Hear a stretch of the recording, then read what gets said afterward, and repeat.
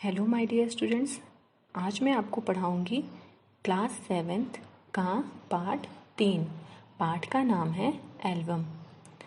Album कहानी कुछ इस तरह से है। यह कहानी लाल सदानंद जी के रूप में ऐसे दयालु तथा परोपकारी व्यक्ति के चरित्र को उद्घाटित करती है जो कष्टपूर्ण स्थिति में भी आर्थिक मदद करता है तथा आर्थिक और सामाजिक व्यवस्थाओं के चलते कर्ज न उतार पाने की स्थिति में कर्ज लेनदार की भावना को ठेस पहुंचाए बिना कर्ज के बोझ से मुक्त होने का उपाय भी सुझाता है। कर्ज लेनदार को सत्य ज्ञात हो जाने पर भी वह सत्य को छुपाने का प्रयास करते हैं। कहानी में मानवीय भावनाओं का सुंदर ढंग से चित्रण किया गया है। तो आइए अब हम कहानी स्टार्ट करते हैं। इस कहानी में पंडित सादीराम ने लाल सदानंद जी से कुछ पैसे उधार लिए थे। उसी की सोच में पंडित सादीराम हमेशा पड़े रहते थे। उनको ये लगता था कि उन्होंने जो भी ऋण लिया है लाल सदानंद जी से वो उसे कभी चुका नहीं पाएंगे, उतार नहीं पाएंगे। वे गरीब थे परंतु दिल के बुरे न थे। वे चाहते थे कि जिस तरह भी हो अपने यजमान लाला सदानंद का रुपया अदा कर दें। उसके लिए एक एक पैसा मोहर के बराबर था। अपना पेट काट कर बचाते थे, मगर जब 4 पैसे जमा हो जाते थे तब घर में कोई ना कोई ऐसी कठिनाई, ऐसी परेशानी आ जाती थी कि वो पैसे खर्च हो जाते थे। पंडित सादीराम के हृदय पर बर्छियां जल रही थी। उनको कभी भी शांति नहीं मिलती थी। वो हमेशा यही सोचते रहते थे कि कैसे वो लाला जी का पैसा वापस करें। इसी तरह कई साल बीत गए। पंडित सादीराम ने पैसा बचाकर 80 रुपए जोड़ लिए थे। उन्हें लाला सदानंद के पूरे 500 रुपए देने थे, लेकिन अचानक उनका जो बेटा है वो बीमार पड़ गया। तो वो सारे जो पैसे उन्होंने बचाए थे लाला सदानंद जी को देने के लिए, वो सारे पैसे अपने बेटे की इलाज में लगा दिया। अब चारों ओर अंधेरा था क्योंकि उन्होंने जो भी पैसे बचाए थे वो भी खर्च हो गए। अब पंडित सादीराम बड़ी परेशान हो गए कि कैसे वो लाला सदानंद के पैसे वापस करेंगे। लाला सदानंद अपने पुरोहित की व्यवस्था को जानते थे। उनको पता था कि पंडित सादीराम हमेशा उनके पैसे वापस करने की चिंता में डूबे रहते हैं। एक दिन लाला सदानंद पंडित सादीराम के घर आए और उनके घर पर एक अलमारी देखी। उस अलमारी में एक एल्बम था। उस एल्बम को देखते ही लाला सदानंद ने कहा कि ये एल्बम कैसा है सादीराम?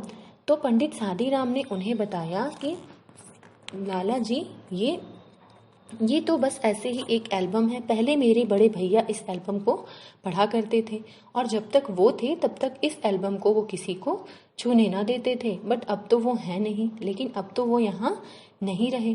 तो इस एल्बम को जब बच्चे रोते हैं तो इसमें अच्छी अच्छी चित्रकारी है जिसे मैं दिखाकर बच्चों को चुप करा देता हूँ। पंडित सादीराम ने यह बताया। पंडित सादीराम की बात सुनकर लाला सदानंद ने आगे बढ़कर कहा, जरा देखें कैसे चित्र हैं। पंडित सादीराम ने कई सुंदर और रंगीन चित्र दिखाए। लाला सदानंद कुछ देर उलट पुलट कर देखते रहे। सहसा बोले, ये चित्रकला के बढ़िया नमूने हैं। अगर किसी शौकीन को पसंद आ जाए, जिनको इस चित्रकला की जरूरत हो, अगर उनको पसंद आ जाए तो तुम बड़ी आसानी से 1000-2000 रुपए कमा सकते हो।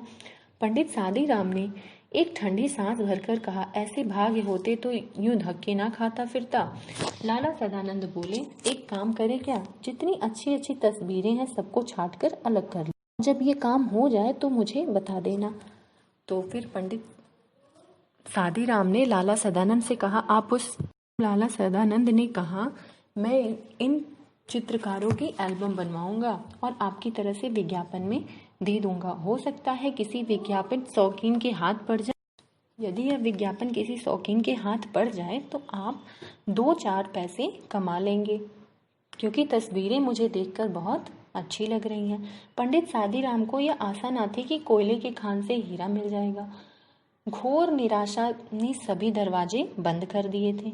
लाला सदानंद के कहने पे पंडित सादीराम दिन भर बैठकर सारी अच्छी अच्छी चित्रकारी छाट कर अलग कर दिए।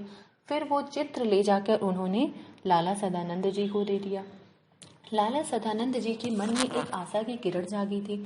उन्हें लगा मानो कि उन्हें पैसे मिल रहे हों। फिर लाला सदानंद ने चित्रों को एल्बम में लगवाया और समाचार पत्रों में विज्ञापन दे दिया। अब पंडित सादीराम हर समय डाकिये का प्रतीक्षा करते रहते थे कि कब डाकिया आएगा और उनके लिए कोई अच्छी खबर आएगा। बट कितने दिन और रात बीत गए, कोई चिट्ठी नहीं आई। फिर पंडित सादीराम बहुत ज़्यादा दुखी हो गए। दिन बीतते गए। आखिर एक दिन सादीराम के भाग्य जगे। कोलकाता के एक मारवाड़ी सेठ ने पत्र लिखा कि एल्बम भेज दो, अगर पसंद आ जाए तो खरीद लिया जाएगा। पंडित सादीराम दौड़ते हुए लाला के पास पहुंचे और उन्हें पत्र दिखाया। लाला सदानंद ने पत्र को अच्छी तरह देखा और जवाब दिया, रजिस्ट्री कराकर एल्बम भेज दो, शौकीन आदमी मालूम होता है, खरीद लेगा, और मूल्य लिख दो, 1000 रुपए से कम पर सौदा ना होगा। कुछ दिन बाद उन्हें जवाब में एक बीमा मिला। पंडित सादीराम के हाथ पैरों से ज्यादा उनका दिल कांप रहा था। उन्होंने लिफाफे को खोला और उछल पड़े। उनमें 100 के 10 नोट थे। पहले उनके भाग्य ने करवट बदली थी, अब वह पूर्ण रूप से उठकर बैठ गए। पंडित सादीराम सोचने लगे, अगर 2000 रुपए लिख दिए होते तो शायद उतने ही मिल जाते। इस सोच में उनकी सारी खुशी किरकिरी कर दी, क्योंकि उनको जितने पैसे मिल गए थे वो उससे ज्यादा पाने की इच्छा कर रहे थे। सांझ के बाद वे लाला सदानंद के पास गए और 500 रुपए सामने रखकर बोले, परमात्मा की धन्यवाद कि मैं आपका लिया हुआ कर्जा चुका पा रहा हूँ और उससे मुझे आज छुटकारा मिल रहा है। जो आपने दिया और सज्जनता दिखाई उसे मैं मरते दम तक नहीं भूलूंगा। समय लाला सदानंद ने हैरान होकर पूछा, पंडित जी क्या सेठ ने एल्बम खरीद लिए? जी हाँ, खरीद लिया। और रुपए भी आ गए? जी हाँ, 1000 रुपए। नहीं तो मुझ जैसे गरीब ब्राह्मण के पास इतने पैसे कहाँ से आते कि मैं आपका लिया हुआ कर्ज उतार पाता। मेरा विचार है आप ये रुपए, फिर लाला सदानंद जी पंडित सादीराम से बोलते हैं, मेरा विचार है आप अपने ये पैसे भी आप अभी अपने पास रखिए। मैं आपका यजमान हूँ, मेरा धर्म है कि आपकी सेवा करूँ। अगर मैं 4 पैसे दे दिए मैंने तो कौन सा गजब हो गया।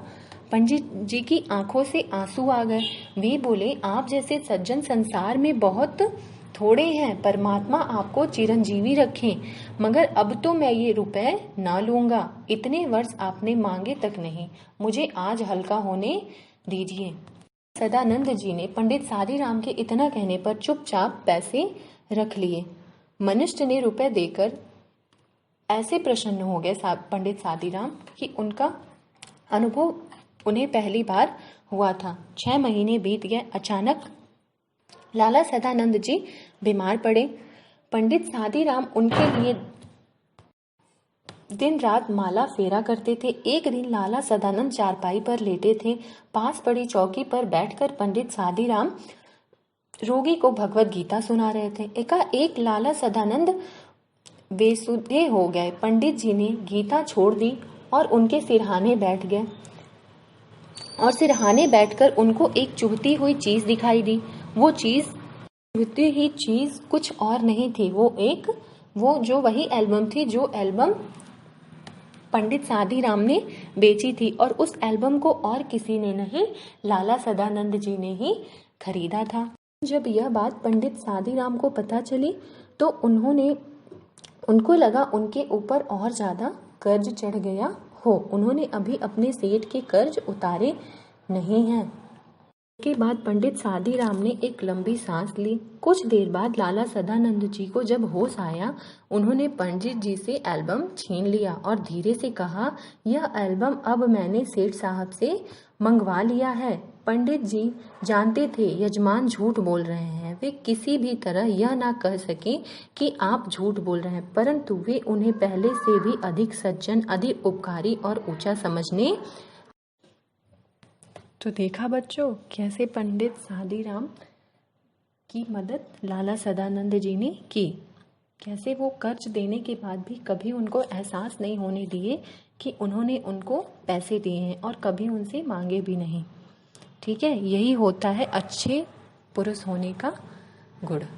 ओके, सो बाय स्टूडेंट्स।